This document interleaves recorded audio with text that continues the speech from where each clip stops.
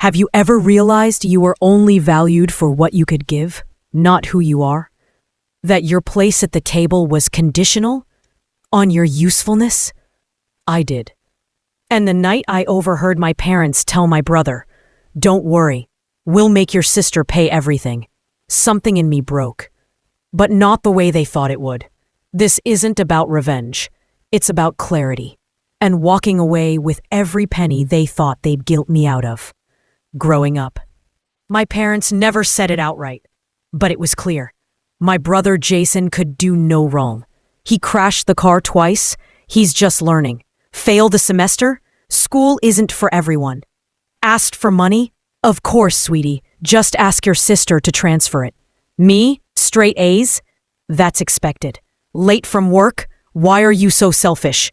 Refused to co-sign a loan. Wow, so ungrateful after all we've done for you. I was the responsible one. The one with the steady job, the clean apartment, the full fridge. They loved Jason. They used me. But I told myself I didn't mind. That being needed was close enough to being loved. After college, Jason wanted to start a business. Of course, my parents offered to help, which meant calling me again. "Sweetheart," my mom would start, voice syrupy. "Your brother is building something. You know how important family is." And I paid. Not just once. Not just twice. Over 5 years, I paid over $82,000. Not in one chunk. No, they were smart. It started small. $400 here, $1,200 there. Then came the emergencies, the overdrafts, the rent Jason forgot to pay. And then the mortgage. Just until he gets on his feet, my dad promised. It was a Sunday. I remember because I had made lasagna, Jason's favorite. I was trying, again, to make things feel like a family. I arrived early. My parents didn't know. I walked through the door, carrying a glass dish covered in foil. And I heard them talking in the kitchen. Their voices low, but not low enough. "Mom, don't worry about the credit card. We'll just have her cover it. She always does." "Dad, she's got savings. What's the point if not for family?" Jason laughed. "Man, I don't even ask anymore. I just wait. She always comes through." Something in me stilled. Not anger, not even sadness. Just this cold understanding. They didn't love me. They just counted on me. And suddenly, that lasagna felt heavy. Like a joke I had told too many times without a laugh. I placed the lasagna on the counter, smiled, ate dinner, nodded, laughed. They never knew I heard them. Not that night. But I changed. I didn't argue. I didn't fight. I just became quiet.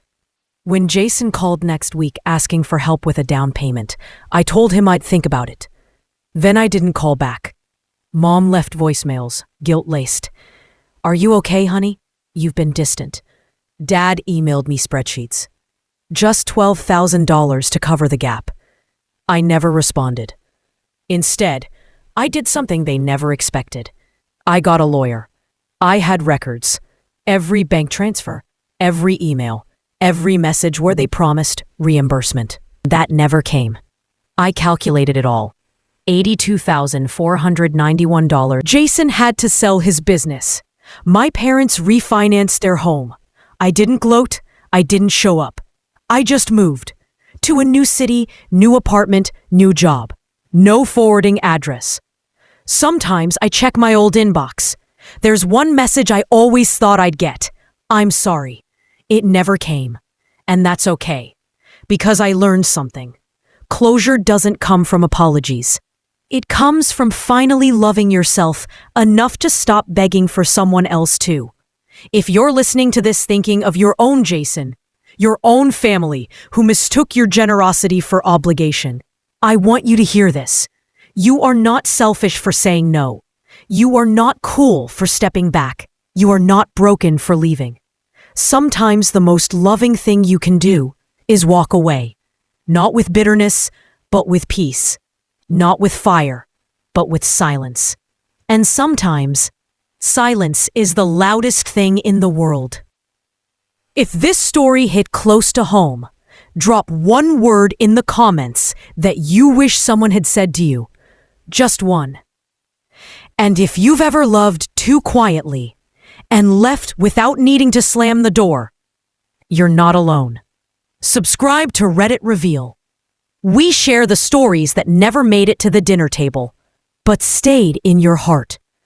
Like, comment, share this with someone who needs to know. It's okay to stop paying for love.